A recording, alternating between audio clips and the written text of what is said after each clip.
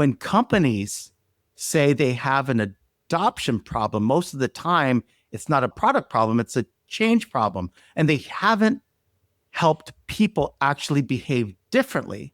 So as companies scale, that oversight sort of compounds. And like customer success doesn't fail because people aren't working hard. It breaks down because the human side of change was like never fully accounted for in the operating model. Welcome to the Emblazers Show, where B2B leaders are igniting revenue. I'm your host, Abby Kerr.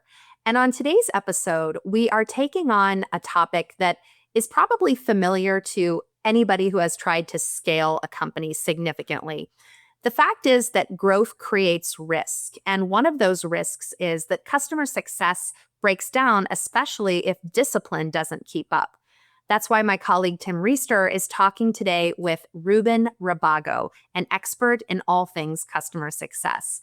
Ruben is founder and chief advisor at Customer Revelations. He's a seasoned executive specializing in customer experience organizations across high growth and complex environments, contributing to multiple successful exits and supporting companies reaching over $750 million in ARR. He is also the co-author of the international bestseller, The Customer Success Professional's Handbook, which is the industry's definitive how-to guide for CS practitioners.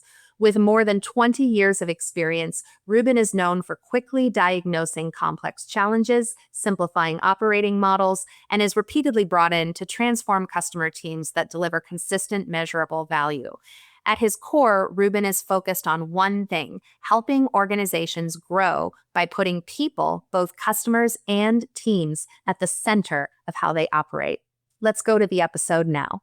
Ruben, it's great to see you, my dear and oldish friend. Wow, it's hard to believe. I think we've been together since the inception of customer success, but you saw it from the inside. So we're going to talk a lot about how it's evolved moving forward. But Ruben, you were the head of strategy, as we said, at Gainsight. You had a front row seat to almost the coining of the category. I would love to hear from you over the last 15 years or so, like where things have been, where you see them going, and then we'll dig into all of that. But good to have you. Maybe just a quick trip down memory lane so everybody sees where you're coming from. Well, first, thanks for having me, Tim. It's an honor and a pleasure. I mean, it's ultimately really interesting if you can take a step back. The core problem hasn't changed, but the environment certainly has, right? I think what's changed is the scale of complexity and the speed of change. And, frankly, I think most organizations haven't adapted their operational discipline or their approach to the human side of change. It's definitely just not like it used to be. Well, when it used to be, which feels like it was fresh at the time, and now every day things feel less fresh. But when customer success was introduced, it kind of was precipitated by the move from a transactional sale to a SaaS-based model. And it necessitated a new motion. In my mind, like the point of sale, what the transaction was the be all and end all. But then the point of sale became less important. And the point of, I'll just say like resale, as you made sure the customer used the tool, that they got value from the tool and wanted to pay next month or pay again next year, and maybe even with a price increase. That was a new motion. And that required a new talent, a new job description, new tools. You saw that as the head of strategy at Gainsight, as the guy who wrote the Customer Success Professional's Handbook. So we'll put a pin on that historically. So tell me in your own words, as companies think about that team right now, what does that look like today? And in terms of the impacts that are expected and the job to be done? Yeah, I think I first sort of want to reflect a little bit on what it used to look like, because we have to talk about the contrast, right? Customer success you're right, it was very relational driven. It was talent driven, right? Teams were fundamentally smaller because this was an burgeoning function. Customers were fewer, complexities were manageable. And, humans were figuring it out. And there were a lot of heroics, and it was common. And those were celebrated, right? And that was part of the energy of like building those in the early days. You didn't need perfect systems because people filled those gaps and it worked. But at that stage, there was a cognitive load, as I like to call it, on the organization. It was still relatively low. The patterns were relatively clear enough for people to like navigate and figure out. We just had to keep the customers like somewhat engaged with the product, make sure they were using it, make sure they were getting some kind of like notable value. And it was the basics. Were they logging in? Were they using it? Like, could we just sort of like push them a little bit? And that would usually be enough for the renewal. The other big difference that I think is that customer success was actually responsible for, you're right, almost entirely on retention. That was a job. Revenue expansion it was owned by sales. It wasn't customer success in those early days. And so CS protected the revenue. They weren't necessarily expected to generate new revenue. And I think that's the shift that has changed, right? So CS today, they have a real expectation on not only owning revenue growth, but having a revenue acumen. And so the skill set is still all core to the basics of the relationship, the building, keeping the customer sort of engaged and value. But now there's this revenue acumen, this sort of like the salesy type of skill set that is demanded on CS teams and CS leaders, and understanding now how to identify those sort of expansion opportunities, those position value. You've got to partner closely with sales. Many teams now carry an upsell quota, an expansion quota directly. Structurally, you're seeing that show up as well. CS organizations now, many of them are reporting to the CRO. And in some cases, there isn't even a CCO role anymore. And so there's been this pretty big shift from this sort of like post-sale support plus role to this core part of the revenue growth engine. And I think that introduces a completely different level of complexity into how CS has to operate. Oh, so much there. But I might have tipped my hand a little earlier when I said there was the sale and then there's now the resale, but arguably the resale. Like there's just, I think some people initially in customer success were like, yeah, I don't want to be in sales. That's why I want to be in customer success. I just want to keep people happy. I want great NPS scores and sure. Retention, that's part of it. I'll accept that. But what I hear you saying is that you can't take a CS job or however people are going to name it, account management or whatever they're going to call it, without recognizing that growth, revenue growth is part of your remit, and that this is almost going to be the new sales environment, if I might be so bold. I think we have to look at the sheer numbers of it, right? So take a typical, fairly mature SaaS business. They might have $500 million of recurring revenue. And the target for, the sales organization might be 70, 80, maybe $90 million of new revenue that we need to throw at the top of the funnel. But the post-sale organization not only has to protect that $500 million revenue, they have to find 10% more new revenue out of the existing customer base. So the NRR needs to also sort of like grow. So at the end of the day, the core responsibility of retaining the customers, the blocking and protecting is the core job. It's the baseline job. But that's not where it ends. It's not where it ends, right? Not at all. That's what I heard you say. So I'm going to just do the math for everybody. I'm not going to do the math. I'm horrible at math.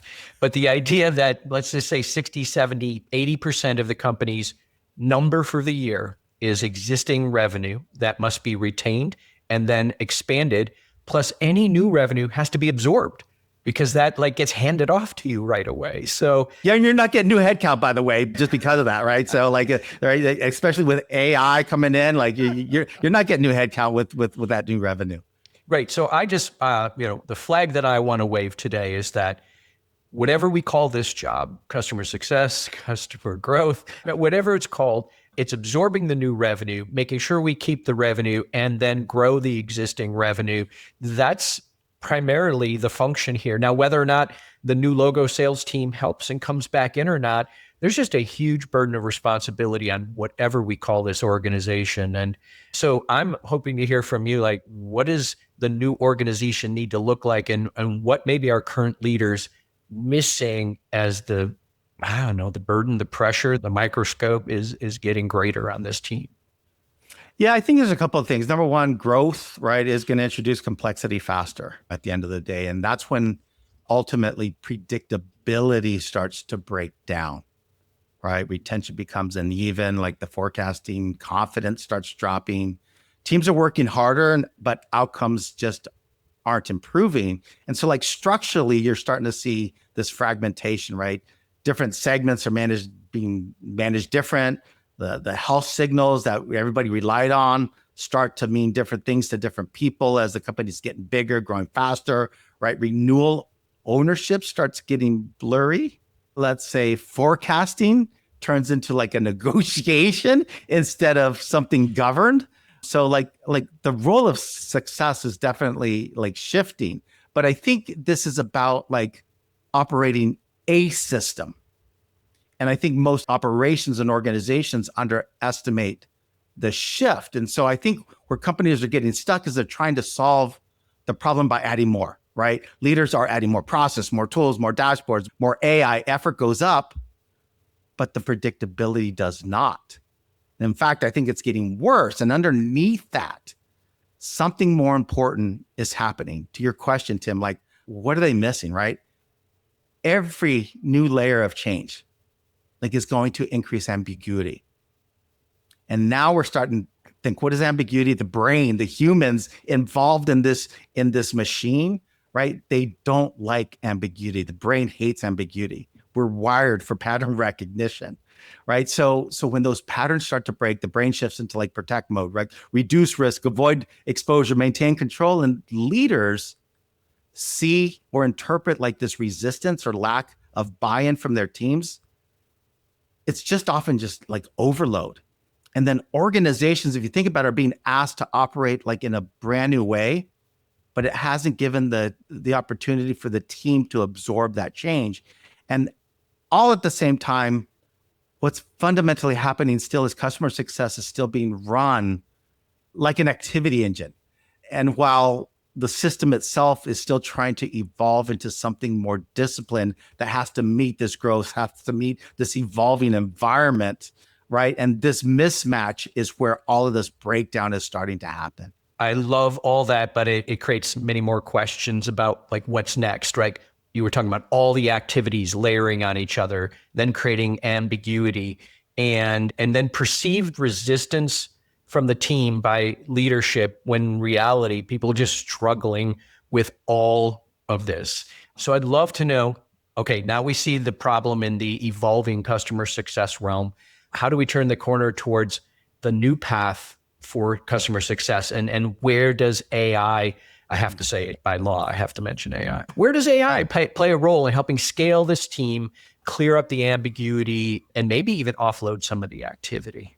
So you're right. There's a lot of misses right now happening at sort of like the intersection of AI and sustainable growth, right? And I think most of this comes down to where like, Tim, AI does not remove ambiguity, it reacts to it.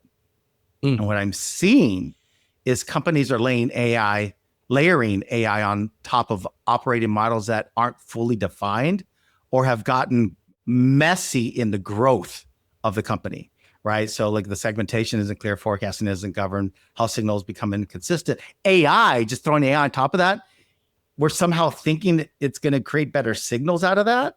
And what it's actually doing is it's going to scale whatever's actually already there. Like if it's clean, it's going to help. But if it's messy, it's going to get messier faster. So the issue isn't AI, it's that the systems underneath it just aren't quite ready for it. So, and believe me, I'm a huge fan of AI. It's my thought partner, it's my product amplifier, it's my decision supports, helper all the time. It's about where I should apply AI to, right? Surfacing actionable insights. And now with agentic workflows, it can even like help action based on those insights. So, I believe, and I've seen AI should improve three things. judgment, consistency, and throughput. And it helps you see patterns faster, right? And then can you apply that same logic across the teams, not just in CS, but in sales, even in product and the product managers in terms of like what they're building and like where their users are getting stuck? Are we seeing an increase in volume, sort of like in terms of high quality decisions that can be made, right? But that's only going to work like if it's inside a disciplined system. Otherwise, you're just scaling inconsistency. Oh, I mean, so you're throwing off all kinds of signals that it's going to react to, but it's really just noise. Like, how do you turn AI into a judgment layer that's actually predictive of success or predictive of outcomes or predictive of improvement or impact? Like, so what are you doing? Like when you get into an organization and you're there today and you're day one, what has to be in place? Well, walk me through constructing or deconstructing and then reconstructing CS these days as a strategic leader who's done this a number of times. Yeah, I think the first thing is stop thinking of everywhere you can throw AI, right? That's not the best way to think about it. You start with where you're losing signal. So instead of asking, where can we use AI? The better question is, where are we losing signal in ways that impact revenue? And that usually shows up in some very specific places. It's almost patterned, right? Risk identification, account prioritization, renewal prep. And then there's like this pattern detection across large sets of data. And then when you apply AI inside sort of like those 4 boxes, those 4 areas where you're commonly not getting great signal or signal that is highly confident, the org is highly confident in, that's where you should throw AI at. And when it's inside a governed model, that's where you start to see like real impact. Forecast accuracy starts tightening, variability drops, decisions at the end really start becoming faster and more consistent. So where it becomes noisy is when AI is layered on top of all of the other stuff. Of course, AI should be helping the CSM do CSMing faster, more efficiently, and the sales reps do salesy stuff faster. But are we applying AI in the areas that we are missing already? I think that's the drift, right? More data, more dashboards, more recommendations isn't going to help. It's whether or not we are surfacing things that really move the needle on revenue. So to me, like there's this alignment of revenue and AI tooling, not just efficiency gain in labor.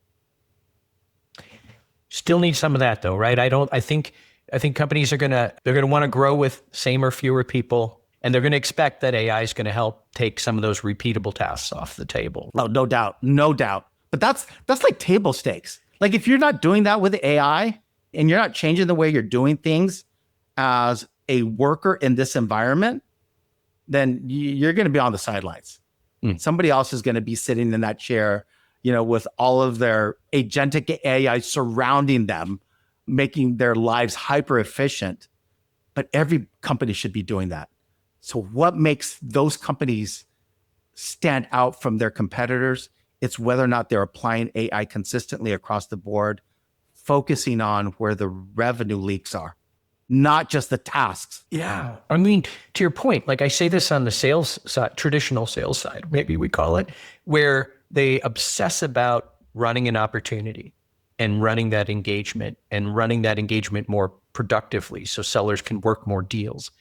And the AI is helping people, I'll just say, run the engagement. But then they got to still get in front of the customer and create an experience. Like they have to bring that to life and they have to create a differentiated experience, one that inspires confidence in the buyer to change and to choose them. It's no different on this side of the house. So what I hear you saying is, yes, we have to run our repeatable tasks that are necessary for client value realization. But there are these critical moments where that team has to also show up in a commercial way where they create an experience that causes people to do more, stay, and grow. And that I mean, can I sort of continue to equalize these sides as like sale, resale, and we're going to have to do the same things? Yeah, absolutely. I mean, just look at forecasting just as an exercise within the organization, right? Like if you ask 3 people on the account team, right? An account team's going to have some sales folks, sort of depending on whether the enterprise or whatever, right? It's going to have a mix of pre and post people on it. Ask 3 people on the account team why an account is at risk or what level of risk. You should hear the same answer. If you don't, that forecast isn't real or reliable. The second piece of that, is your retention motion structured, right? And you asked for like things. You should have 2 or 3 leading indicators that are consistently showing up before churn, right? I'm not talking about 15 different metrics. I'm not talking a dashboard full of noise, right? Like these really small set of signals that that are directly tied to retention, but more importantly, tied to engagement from the customer, which tied to anchoring your solution, your product within that customer base, that then you can actually drive action to. If you can nail down those, and it's a hard exercise. So you ask, what do I do when I come into an organization? Those are the things, you start having those really hard conversations, and how do we know that? And how do we know this? And how do we know this? You just keep proving the data signals that everybody's saying, if a customer does X, Y, Z, we know that they're going to stay with us. Well, how do we know that? Where's the data showing? And if you can rely on that 2 or 3 things, that changes the conversation significantly. Yeah, it's like signal isn't signal until it's predictive. And sounds like you keep interrogating to get to the point where the data and I like to say anecdata that you're getting actually correlates or can prove some cause and effect on those outcomes. Yeah, otherwise you're going to be left to reaction and heroics, which ultimately are not predictable. And at the end of the day, you can't run a business if you don't have predictable revenue. Not predictable, not scalable, either way. Right. What if your next big revenue move didn't come from a blog post or a cold LinkedIn scroll, but from a real conversation with leaders who've been there? As the world of sales is constantly evolving and constantly changing, I think it's even more critical to get together with people to understand how are they helping to solve some of the problems that our buyers have today. Meet Emblaze, a community of sharp B2B minds, CROs, CSOs, rising stars, sharing what's actually working in sales, enablement, and customer growth.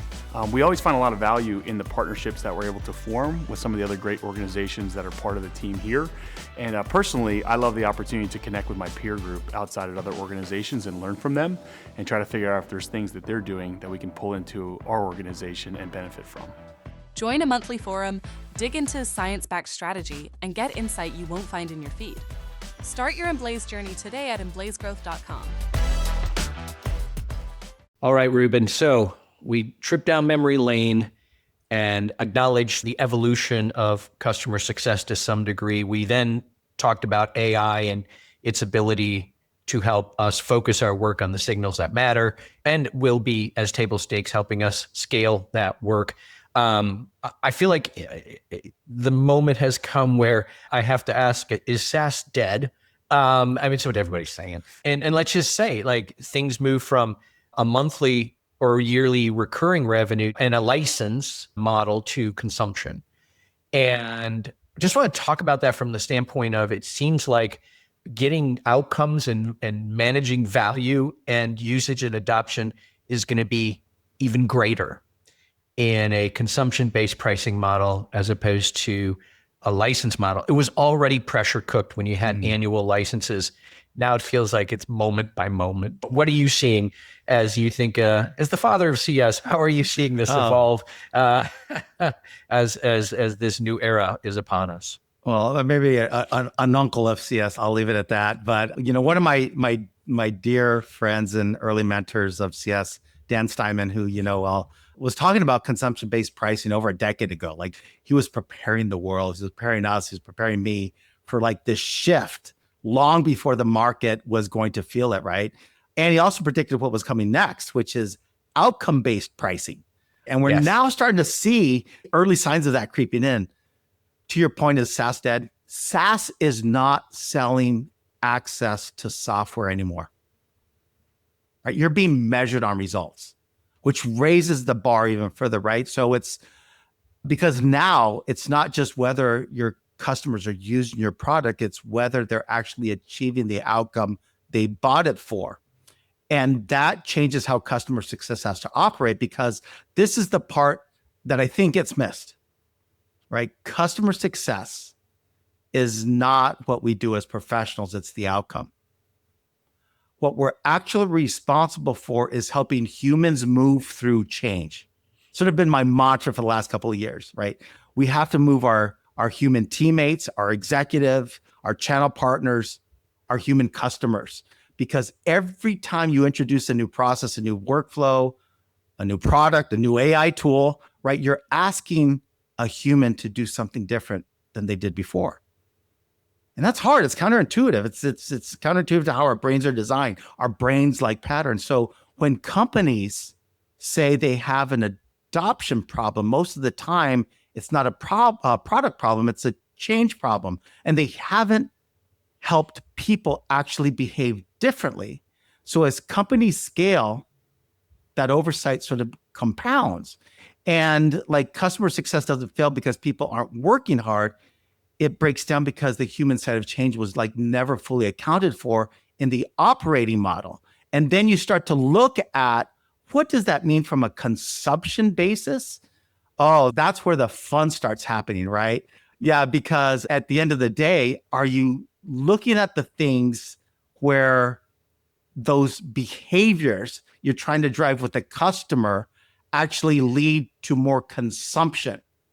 But does that consumption itself actually mean the customer's attaining the outcome they're desiring?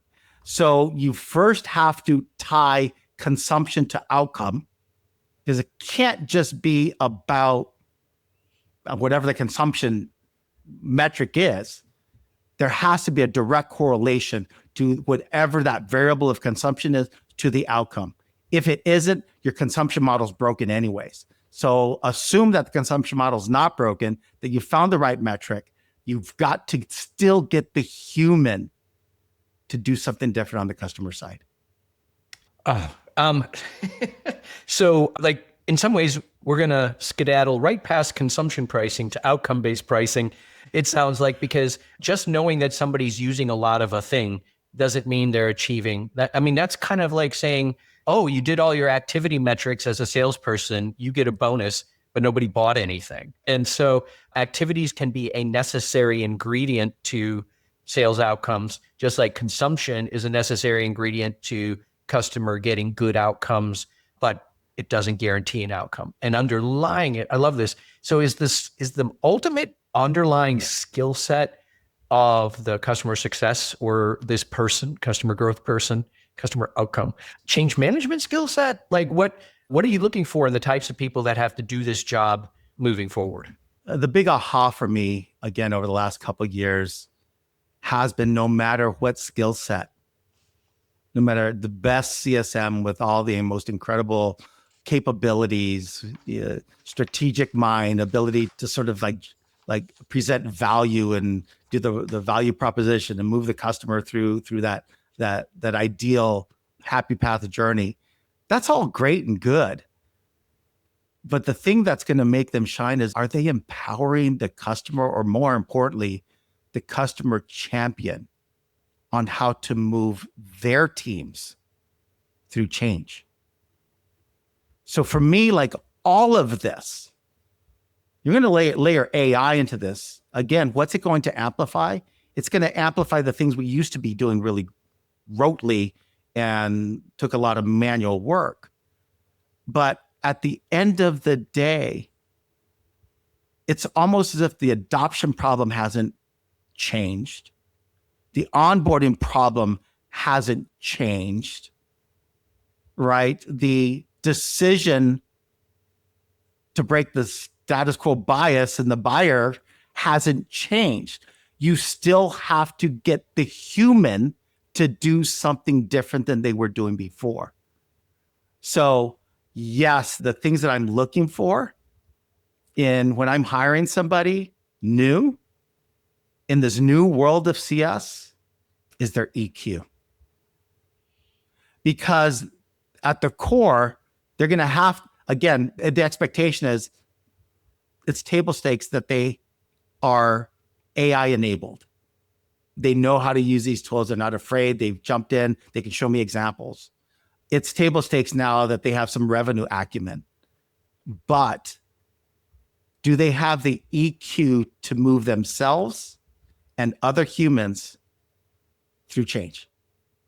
That to me is the biggest factor, and that only is going to get amplified as more AI gets injected into the human experience.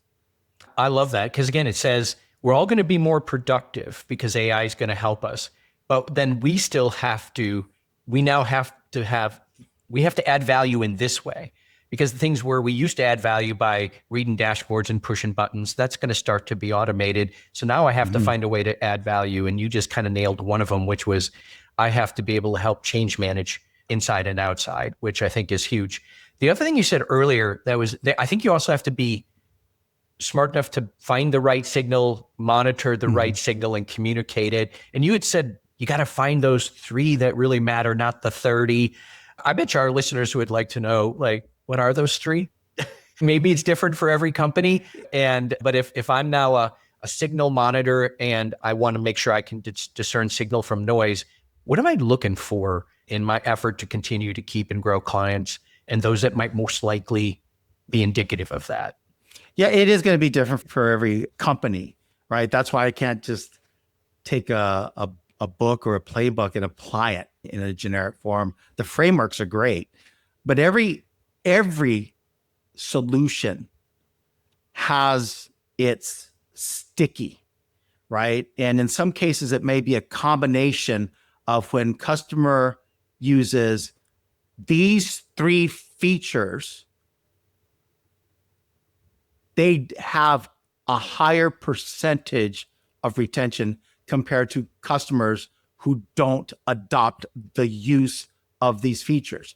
That might show up in data. Maybe you have telemetry, maybe you don't. It may be a use case. It may be a workflow. So you have to, the exercise, and this is where the art of CS comes in, but there's also a data science to it. This is why you have to have a really strong relationship with product, because product may not even have the telemetry built into the product to give you the answers that you need. And without those answers, you're running blind, and you need to jump up and down in campaign to get that telemetry, because without it, you're guessing, and you're guessing at scale. And now your AI is going to just make that thing just messier, the ambiguity bigger. So the art and the exercise it's almost like getting into a war room with a cross-functional team of people. You got to have your data person in there and really drill in to finding out what are customers using that they absolutely attribute value to, that they reference when they justify the budget, and how does that show up in the data that you have access to? And again, this is not 15 things. These are like 3 items. You have to identify those things, right? Mm-hmm. And then you build that back into your onboarding. We need to make sure in the first 90 days, every customer gets to this milestone where they are using those 3 things, or whatever that threshold of them that identified marker is. I love it. So thank you for that, because I think you're right. You can't pinpoint it for everybody listening today, but you can start to think about a process to get there. And also, once you get there, knowing, I love that, like that, those are the 3 things you must fanatically drive adoption toward, even though there's 30 other things they could be doing with it, because you've seen the pattern, and the pattern is that they have outcomes that matter and they stick. So I love it. Thank you for that. I think that was a sort of masterclass in how to get in a room and do that, even in a couple short minutes. Speaking of a couple short minutes, that's all we really have left of our time together. So I want to make sure that I didn't miss something, because you're the expert and I'm just asking the questions. What would you like this audience of primarily revenue leaders? I mean, we're trying to reach as many CS people as possible, but I think I want to call them all revenue leaders. In fact, a couple of years ago, when our book, The Expansion Sale, came out, it was 2020, literally just before the pandemic. And my last keynote was to Salesforce in front of their 3,000, 3,500 managers. And the guy who introduced me, who was heading up sales, said, I think we should call everything customer success, because we're like all in the business of assuring customer success, because that's what keeps us in business. So that's my little punchline for the day. What would be yours? What would you like to leave everybody with? Yeah, I would encourage everybody to make sure that just they're aligned across every team on how that forecast is built and reviewed. Second is I would simplify and standardize the signals. We talked about that anchor on consumption, right? As an example, like you highlighted here, which fundamentally will lead to retention and expansion. It's not about more data, it's about better signals. Again, what are the 2 or 3 things that actually predict outcomes? And like, are managers inspecting and reinforcing those consistently across the entire organization? And they have to be actively inspected and reinforced and adapted as the business evolves. Because when it's working, like, you're going to see great results, right? It's less internal debate, there's fewer surprises. And it's not because the model exists or because we have AI now, right? It's because the organization is actually executing in the same way every time. So to sort of like summarize it, growth without discipline creates risk. AI is an accelerator. It's not a strategy. Customer success fails when like the operating discipline lags behind the growth. And then I think the underlying current and my big aha and the reason I've been very successful in getting operational rigor implemented in the places I've been honored to work with is institutional change succeeds when there's time for the humans to absorb it. And you're not imposing that change, you're moving the humans through that journey. So customer success is not going away, but the version built for the last decade of SaaS literally won't survive the next one if we don't make some of these changes in the way we're looking at the operations. Awesome.